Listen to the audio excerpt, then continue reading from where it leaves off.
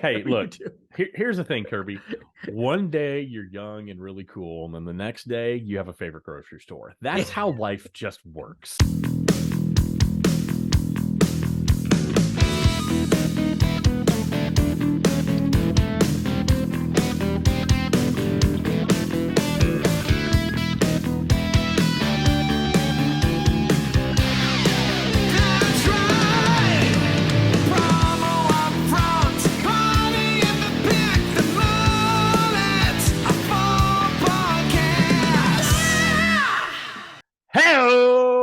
Get up, stand up. Oh, nice. Stand up for your right to listen to episode number 119 of the Promo UPFront Podcast.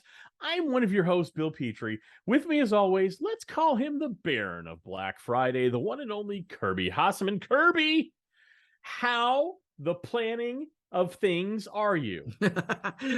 Doing well, man. We, as you are referencing, we're getting ready for our end user show we're recording this a little bit earlier this week. So thank you for that, because we have our end user show we've been doing for many, many years. And so I'm both excited, anxious, excited for it to be over, all the things. So I'm doing well, buddy. How are you? I'm doing great. I understand being excited for something to be over. I cannot wait for this podcast to end, quite frankly.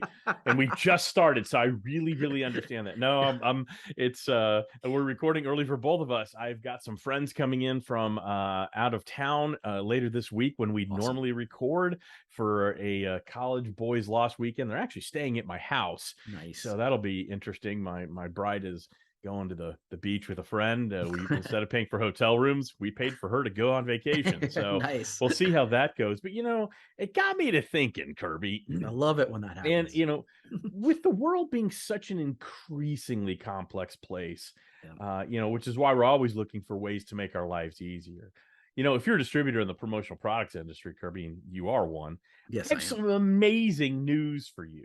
Okay. Evans is not only dedicated to creating high-quality promotional products that are used, kept, and remembered, they're dedicated to making your life easier. And I'm here to tell you, Kirby, this approach is having a dramatic impact on our industry. Listen to these quotes from actual distributors about Evans.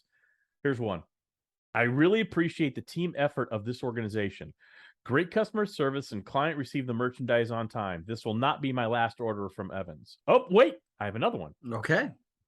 I always enjoy working with Evans. Among the best in responsiveness and attention to detail, very key in the promotional products industry.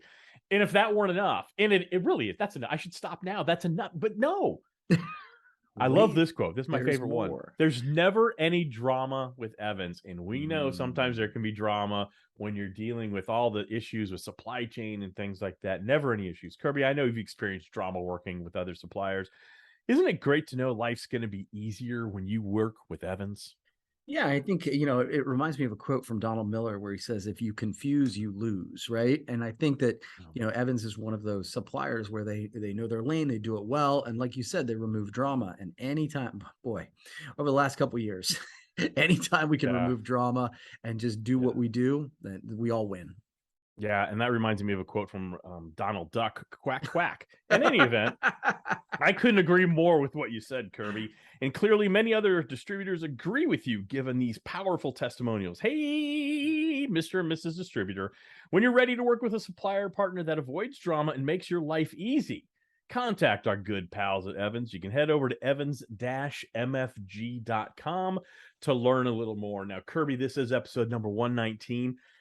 You do have Promo UPFront today, okay, but I am not yielding the microphone. The microphone will remain in my vocal range. Okay, I am taking over because I have something I just think we really should touch on, and I don't know if you have it. You might have it on your list, but I feel compelled to hijack the podcast. Okay, I want to thank you for having the courage to allow me to hijack. Okay, thanks. So, I think it's been out for a while, but Mark Graham, who is one of the founders of commonsku, along with his bride, Catherine, also one of the founders of PromoKitchen. He left the organization actually a few months ago, but he put a social post out late last week He was given an award and a T-shirt and some thank you from people on the board. And I know you were on the Promo Kitchen. You were a chef in the Promo Kitchen for a while. I stepped out. I'm back in currently. He was really the founder and the driving force behind Promo Kitchen in 2011. And when I think of Promo Kitchen, when I think of the organization, the first people that come to mind are Mark Graham, Danny Rosen, Robert Fiveash, Charity Gibson, T. Hamilton. Those are the 5 people that nothing. That's not denigrating anybody else, but those are the people that pop into my mind.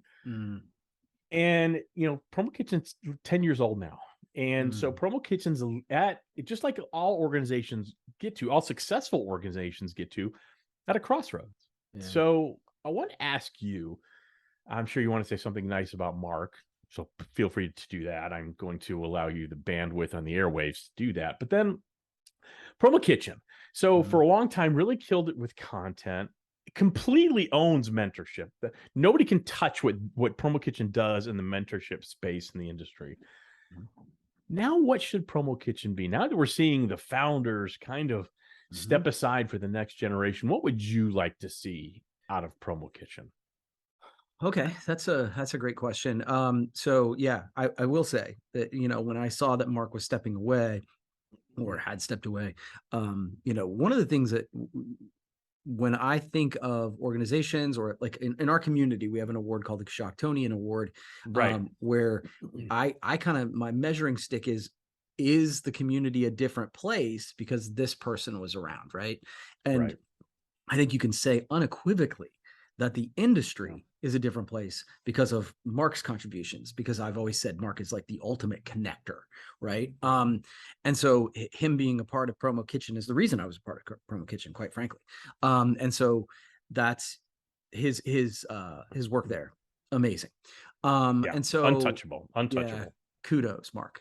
And then, to your second piece, I guess I've not given this a ton of thought, but what as you were talking, the thing that made me think is that you said that what Promo Kitchen has done in mentorship has been untouched. I agree with that. And so I think that in my mind, what I would like to see the organization do, if they're not already doing this, is double down on that. So double down on education and mentorship. I think sometimes that as any organization evolves, that we can manage to get our fingers into too many things. And then we lose we kind of dilute our mission. And so in my mind, like, continue to be that voice that says, look, a rising tide lifts all boats. And so let's double down and see what we can do to grow that. And mentorship and education can be through content, or it can be through physical mentorship relationships. So that would be my take. Yeah, no, I think those are good takes. I've been back as a chef for almost a year now. Wasn't a big announcement, but I did, came back, and the organization is at a crossroads. And, I think, like I said, this is a successful organization will hit crossroads where, okay, now what do we do? And I'm excited by what I see inside the boardroom. I'm excited by, the change, as much as I love having Mark there, sometimes that legendary person kind of just by their mere presence, not because of their actions, not because of how they treat people. Because Mark, if you don't know Mark, he's absolutely one of the nicest humans on the planet. But sometimes that legendary presence in the room silences others because they're scared to either look foolish or if you say something dumb or whatever it is. And so I think that is a big thing and allows those newer voices to speak up. And so that's something I'm excited about. As far as the future, I don't know. I mean, obviously, I think I like what you said about doubling down on mentorship. I think there's some other areas that Promo Kitchen can make some noise. I think when I look back on what Promo Kitchen has historically been best at and should continue to do is sparking really difficult conversations within the industry. That's, Promo Kitchen is a group of volunteers that want to make a better industry. Well, that's a noble purpose, but it's also a very nebulous one because what's better for you may not equate to what's better for me. And so I think what like I said, what I find most encouraging is that we should hone in on a couple things and make noise about those things, whether it is mentorship, whether it is education, whether it is inclusion, whatever it is. And so it's an exciting time. But again, kudos to Mark for all his work and all the founders of PromoKitchen. It's been an honor for me to be part of it. I know it has for you. For sure. And I think the future can be very bright for PromoKitchen. So I'm excited for that. But I need to amp up the podcast. I got to do it. I wasn't planning on doing it. But I feel like I got to amp it up, Kirby. Hey, distributors, I need you to ask yourself a question. What's that question? Is your marketing working? And if you can't answer immediately yes, then fake laughter. You got a problem. You got a big problem. So what you need to do is head over to promopulse.io/amp and check it out, because what they do is they have these beautiful marketing tools that can help you. It can help you customize it, set it, and forget it in only 5 minutes. All right. It's that easy. So go ahead, head over to promopulse.io/amp to learn more. You won't be sorry you did. Kirby, I will now yield the microphone and the podcast to you. Thank you for letting me hijack it. Oh, no, thank you. Appreciate you always bring up great topics. So I have got a couple topics that are a little off what I normally bring up, but I thought they were just interesting sort of headlines, and I wanted to get your take. So the one that I saw this morning is a worker wins a webcam privacy lawsuit. Okay, so I'll try and give this to you real quick. So a U.S. software company is going to pay almost $73,000 to a remote worker who was fired for refusing to keep his webcam on. A Dutch telemarketer had complained. Long story short, they were supposed to keep their camera on for 9 hours that day, adding the company already tracked his laptop activity and shared his screen. He was then fired for his refusal to work and insubordination. So long story short, the court ruled that he should not have to keep his webcam on for 9 hours, or just that shouldn't have to keep his webcam on since they were doing that. I thought that was really interesting. And I think it's one of those issues that I can totally see both sides of. And so that's why I wanted to kind of get your take. I mean, I understand where it's like, okay, I get that I don't want to keep my webcam on. On the other side, you know, because I think it's easy to take, I shouldn't say easy, but it's because we can put ourselves in that shoes and we say, okay, there are days where my hair's not good and I don't want to be on the webcam. But on the other side, this is one of those moments where you go, okay, we want all the freedom of working from home, but we don't always want the accountability. And so I know you're just getting very spotty details, but what is your take on this? Do you think that it makes sense, or do you think it's way off base? So before I render my overall opinion, let me kind of funnel it down for you the way I see it. Okay. When you take a job, when an employer hires an individual, you agree to a certain set of rules. Sometimes you have to be at work at a certain time and place. Sometimes you have to have a certain amount of time for lunch. Sometimes you have to wear certain clothes. Maybe it's a uniform. Maybe it's just you have to wear slacks as opposed to jeans, or you have to wear, whatever. I mean, there are rules that's part of the contract. You do these things, you do your job, and we will give you money. I mean, that's kind of at its base, that's what it is. Having said that, I wouldn't want to work in an environment where I had a webcam on me the whole time. Nobody would. However, if it was a customer service, I believe you said it was customer service. I think telemarketer. Yeah. Okay, telemarketer. Yeah. Generally, you're in pre-COVID times, you're in a bullpen in a cubicle where someone's going to be watching you 9 hours a day anyway. Right. So, to me, he absolutely should have been fired for insubordination, assuming that there was warnings written and all that, and it was documented. I'm going to go ahead and assume that a process was followed. Okay. Yeah. But yeah, fire for that person for insubordination, and no, should not have gotten $73,000 because you made the agreement. Yeah. You made the agreement, and now you're saying, I don't want that. That's not how the world really should work. But unfortunately, what you explained is exactly how the world works, right? You get to complain and moan. I want my coffee hot at McDonald's, but if I spill it on me and it's too hot, I'm going to sue your ass because my thighs got burned. So that's the world we live in. And so this makes all the sense in the world to me while making 0 sense, Kirby. Yeah, this one struck me because I think as a, as an employer, this is one of those things where, okay, if you want to bitch about the idea that you have to have a webcam on all the time, totally get it. And Yep. hey, man, you should get potty breaks and all the Yeah. things, right?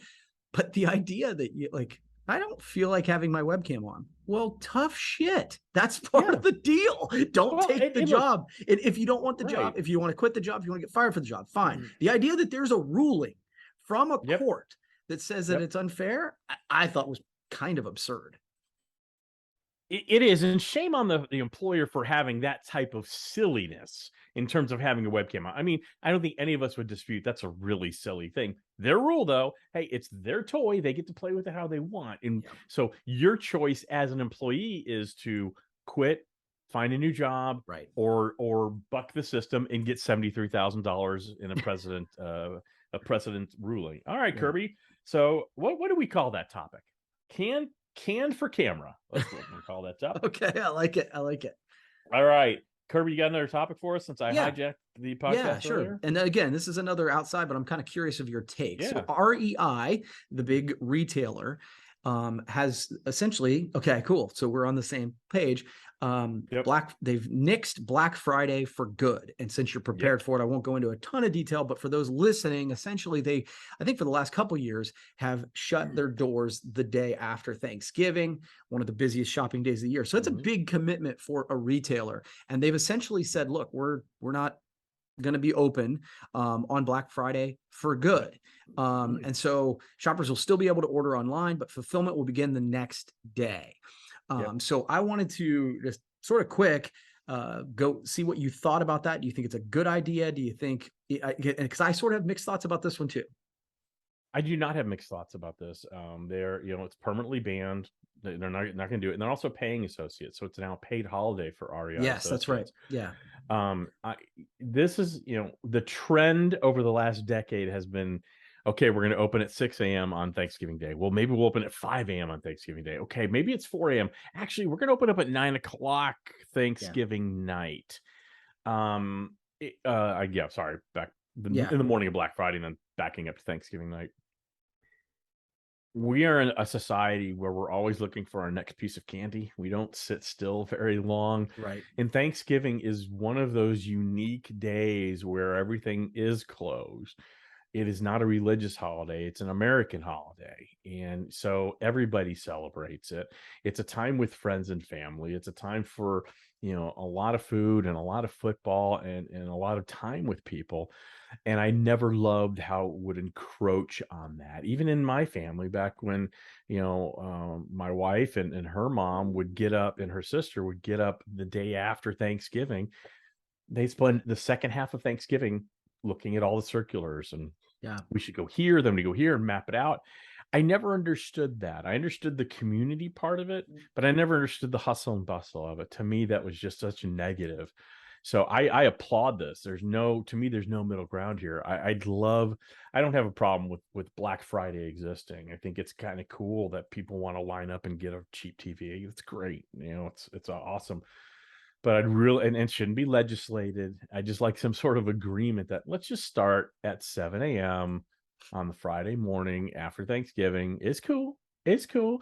I do think we're at an apex though, and I think you're going to see Black Friday kind of really not go away, but really die down. I think most of us, the pandemic, my wife and I were just talking about this the other day, how many things the pandemic just accelerated, right? Yeah. And this is one of them. That it was already going this direction, and then you have the pandemic, so turbo boosters get applied to everybody being really comfortable with online shopping now. Yeah. Especially now that returns are generally easier than going to a physical store. Okay. So the reason I say I have mixed thoughts is I agree with you for the sentimental and personal value. Like I'm always like, I like Thanksgiving. Can we just do that?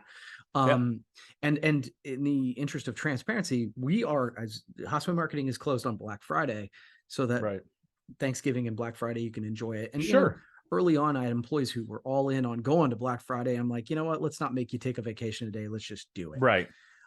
So I'm with you. I will say that I think that you touched on it, and I hadn't thought about it until just now, but I was like, man, it's a big commitment for a retailer to shut down on Black Friday. Like that's, I get that for a personal, it's cool, but for a business, man, you're giving away a real opportunity for sales. Now, I think that what you said that kind of triggered me was like, oh, okay, what's happening is they're doing a lot of online, like what's the Prime Day? Is like this week. Yeah. Right? Prime Day, the second Prime Day, because there's so much inventory because of supply chain issues that didn't get sold. Now with the inflation, they got to dump this stuff for the new merchandise on its way. Yeah. So I wonder if it is also, hey, we're going to do this. We don't want to be there. We struggle to staff it because nobody wants to work that day. We're just going to do all our things and press it online. And that's the business case for it. But that was my mixed thoughts about it. It was like, I get the personal side, but man, that's a tough decision to make as a business. It is. And each business has to do what's best for them.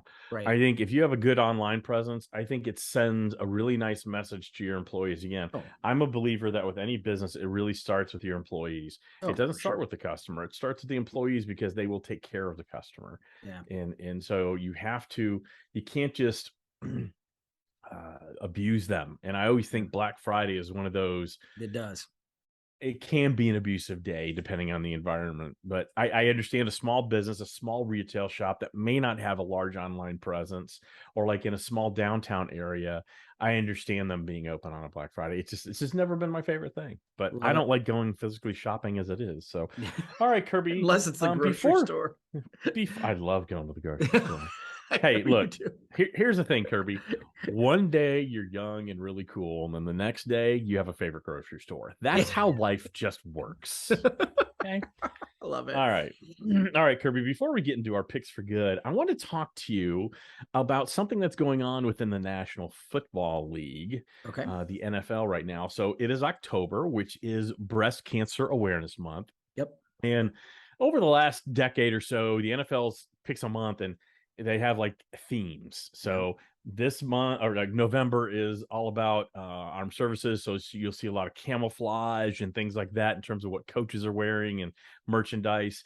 And this month is Breast Cancer Awareness Month. So they are partnering with the American Cancer Society for a campaign called Cancer, a Crucial Catch, right? And Intercept Cancer. You've seen both of those at NFL games. I think it's the dumbest campaign I've ever seen, and I'm going to tell you why. Obviously, cancer is horrible, and anything you can do to raise awareness to cancer is good. But if you know football, does anyone want to catch cancer? I don't think so. Okay. Does anyone want to intercept cancer? Because that means you would catch cancer again. And then there are other. Do you get my point here? I 100%. Not only you're stealing cancer from the other team. Well done. Yes. So I got to thinking. Okay. So tell me if you like these instead. Okay. Score a touchdown on cancer. I like that. Okay. Right. Okay. Yep. Draw cancer off sides. Okay. Okay. Let's challenge cancer. Like throw a challenge flag. Okay. That's weird. That's terrible. No, that's fine. Throw a flag on cancer, or win your game against cancer. I guess my point is, I like the fact of big time cancer, whatever. Scoreboard them. Yeah. But a crucial catch. I don't want to catch cancer. Yeah, I feel like that's one of those moments where it's like, okay, this will be fun wordplay, and they didn't ask anybody outside the room. And they've been doing it for a long time, and I kept thinking about it actually over the weekend when I was watching games. Like, I don't want to intercept cancer. And I don't see cancer as this crucial catch. I'd be like, whoa, that cancer ball's flying right by me. I'm not going anywhere near it. So I love what they're doing. That's a funny point. That's a good point. I like it. All the merchandise sales do go to the American Cancer Society, and NFL doesn't profit from it. But guys, you got a branding problem there. I'd rethink the terminology. All right. Speaking of the NFL, Kirby, you and I are doing Gambling for Good this year, as we're going to make a donation to PPEF, the Promotional Products Education Foundation. We go head-to-head 6 games each week, not against the spread, just wins and loss. Boy, last week we both took it on the chin. We went 2-4. It was a tough week. We both went 2-4. And so Kirby is ahead by 2. He has 22 victories. I have 20. I've picked Yeah. 20 correct. Kirby's picked 20. All right. So we're in week 7. Kirby got some really interesting college matchups this week. These are tough. The last These week are. you picked some tough games. That's it. That's what it is. All right, here we go. Okay. We've got Penn State, the Nittany Lions, who are ranked number 10, at the Michigan Wolverines, ranked number 5. That's in the big house, Kirby. What do you say? Yeah, this pains me. I haven't seen enough of Penn State to be a believer. They're one of those teams that every year they end up in the top 10, and then I see them play and I'm like, they don't seem that good. So and plus this is at the big house. So I'm gonna say the team up north. You know, I got a lot of friends in Michigan and in Penn State and College Park or whatever thing that is. Okay. Crucial catch. I'm going to go with the Wolverines as well.